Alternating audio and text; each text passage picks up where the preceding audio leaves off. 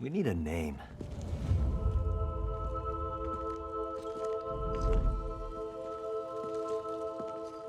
The Saints. We call ourselves the Saints.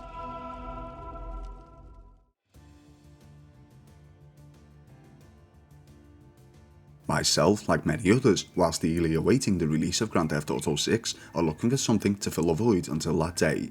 I've played the likes of Fallout 4, Skyrim, Red Dead Redemption 2 and GTA 4 and 5 to death, so while I was browsing for something new, I came across the 2022 version of Saints Row for around a whopping £5. Being a big fan of its predecessors and with the price being so cheap, I decided to give it a try, despite the negative reviews it received. Back in the day, when the original Saints Row got released on the Xbox 360 in 2006, it brought a breath of fresh air to the open world criminal genre. It wasn't trying to be the next Grand Theft Auto. It was over the top, comical, out there and wacky. Deep Silver Volition knew they didn't stand much of a chance against its competitor, so it aimed to do something different, and it worked at that time. Saints Row followed with 3 more titles, numbered respectively, each one more crazed than a previous, but after the release of the 4th installment in 2013, co-publisher THQ went bust, halting any plans for future titles in the series, for that time being at least. So when it re-emerged 2 years ago, solely under Volition, fans were excited but skeptical. Reviews weren't great, with many averaging around 6 to 6.5 out of 10, but in spite of this, while it was on sale, I decided to give it a crack and see if these initial write-ups were harsh or justified. So let's get on with my experience with Saints Row. Welcome to the video, you're listening to Phil of Filbee Gaming. If you enjoy the following, you all know what to do, and if you're new to the channel and haven't subscribed already, after watching, please consider doing so. There will be potential spoilers ahead for the game, so please be aware of this if you haven't completed the title. With that being said, let's begin. Saints Row is set in the fictional city of Santa Elisa, located in the American Southwest, loosely modelled after Las Vegas, Nevada. As with other titles, you play as the boss, a character completely customizable to your preference. In the beginning, the boss works for Marshall, a private militia company that's hell-bent on cracking down on gangs and outlaws, but this doesn't last for long, as your character is soon relieved of their position. From here, the boss decides to form their own gang. With the assistance of their close friends, Eli, Kev and Nina, the group form the Saints, based out of an old church they plan to re-establish. As per usual, the game consists of 4 primary factions, the Saints of course, the Marshals, the Panderos and the Idols, all seeking to destroy one another to become the most dominant faction of Santa Elisa. That's all I'll say for now as to the story to try and keep the video spoiler free. The game is pretty action packed and there's always something to keep the player occupied. As I progressed through the narrative, I compiled a list of the good and not so good concerning the game, and to be honest, the bad outweighed the good significantly, and whilst trying not to be too finicky, and in the interest of keeping diverse, let's look at some of the features, beginning with the parts I liked. Just like the others in the franchise, Saints Row was over the top and exaggerative, something which made the series stand out. As I said, it's not trying to be Grand Theft Auto. This provided a wacky and different world to enjoy without too much seriousness involved. The game is packed with customization options. The boss themselves are completely customizable, everything from sex, voice and physical features can be adjusted to your liking. Clothing, weaponry and automobiles can be completely customized too, giving the game a personal experience, added by a wide range of cars and clothing stores. There's plenty of side content to keep you occupied, such as dumpster diving for hidden treasure, small gang related skirmishes and missions separate from the storyline, such as riding shotgun and helping out a cleanup crew, plus much more. The game itself can be fun, with parts such as firing rockets from the roof of a moving car. There's also a role-playing fantasy game the boss can partake in as part of the main narrative, as well as a Hunger Games style fight club called Boot Hill, in which all participants begin with no weaponry and must not only acquire themselves an arsenal, but defeat all other contestants.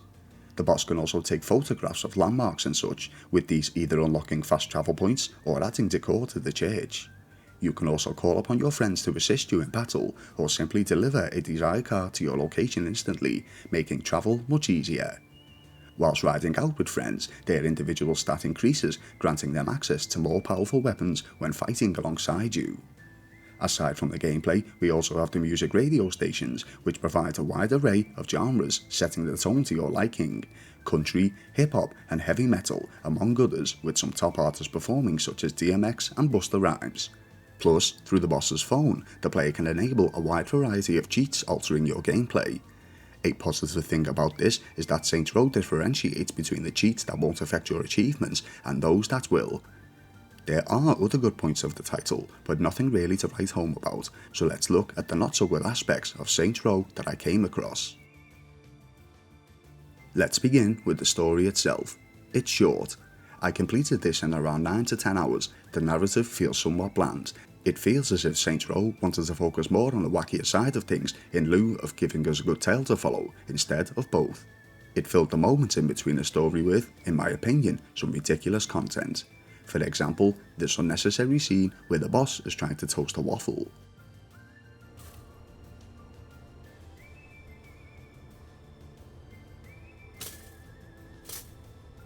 Oh, come the fuck on.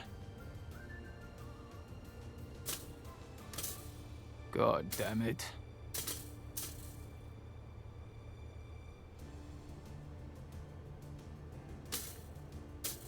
Stupid refurbished appliances.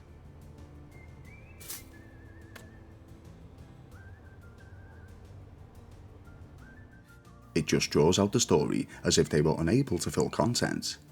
The main cast of characters were bland and very generic. We had the party animal Kev, the bookworm Eli, and the mechanic Nina, all of which play a role but not too pivotal. The narrative itself was dull and often at times didn't make a lick of sense, ending with a plot twist I guessed from the beginning. For example, at one point the boss is picking up donuts from a store when all of a sudden the local populace target them and begin attacking. This introduces the player to a feature in the game titled Wanted, which is an app where anyone can chase down bounties, but the mission itself seemed unnecessary. It could have just been introduced to us by word of mouth from one of the other characters.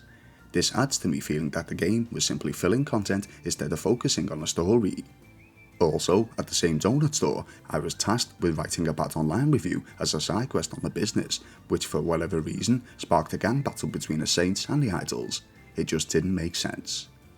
As far as problems with gameplay are concerned, there are a few. The driving mechanic feels too stiff, often making navigation a challenge.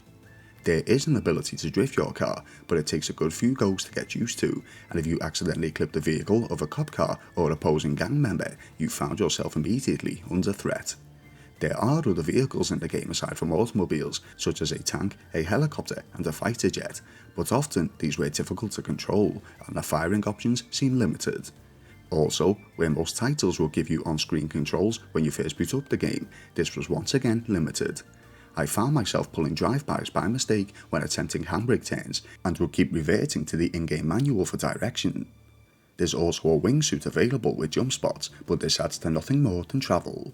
Upon discovering these locations, I figured it would be a minigame where I would have to navigate through checkpoints with the reward of experience points, but no, nothing. Although granted, I didn't experience too many, there are game-breaking bugs in Saints Row, halting your progress. An example of this was during a bar fight with the Idols, where I was to begin with a quick-time event, but it just kept bugging out. I eventually had to close the entire game and reboot just to pass this 5-second sequence. As far as customization is concerned, yes, there are a lot of options, but it's seemingly a case of quantity over quality. The customizable weapons are really only cosmetic based, and the less said about the look of some of the tattoos, the better. Also, sometime into the story, you're granted the ability to customize the look of the Saints, but again, this is limited to very few options. I could have sworn this was more detailed in the older Saints Row titles. To progress through part of the main story, I would have to purchase properties from the map based at the church. I understand this is to make the growth of the Saints look more legit, adding realism, but then again, this is a game where the boss was involved in a gang shootout because of a bad donut shop review. The cost of purchasing these properties was very high, and considering you don't make a great deal of cash during the narrative, it's as if the game is forcing you to perform side quests just to progress. Sometimes we just want to experience the story. Some aspects from the original title made a return, such as the notoriety indicators, but these can be avoided easily by just escaping or killing everyone on sight. I also remember from the 2006 Saints Row that the world had a real-time aspect to it. You would hear radio broadcasts informing you of store discounts which would be ending soon, and it stuck to this. Little touches such as this that added to the realism of the game were taken away. Considering the world is based on Las Vegas, Nevada, I couldn't find any casinos at all, which makes absolutely no sense. They had one in Saints Row 2, I believe, and if you're going to base your game on a city that's famous for its gambling aspect, why not include these? And lastly, the game was just too easy. There are different difficulty settings at the home screen, and I chose the standard with promises of challenging gameplay elements, but I found this to be not challenging at all. Even during combat, the more difficult enemies, marked by a yellow shield, were still easy. The boss battles were over pretty quick too, allowing me to fly through the story. All in all, I did enjoy parts of Saints Row, but I have to agree with some of the reviews. Yes, it smartly opted to distinguish itself from other titles, such as those of the GTA franchise, but time has moved on. Keep yourself separated, but advance while doing so. As I said, I love the original Saints Row titles, but I could just as easily play the 2006 release, as this 2022 one seemed less advanced at points. Have you played this title? Let me know your thoughts in the comment section of your experience. What you've listened to today was my own personal thoughts. Some of you may agree, some may disagree. Let me know which. Do I think you should try it? Yes, but only if you can find a discounted version. As always, if you enjoyed what you saw today, you all know what to do, and if you're new to the channel and haven't subscribed already, please consider doing so. Thank you all for watching. You've been listening to Phil of Filbee Gaming, and I'll see you in the next video.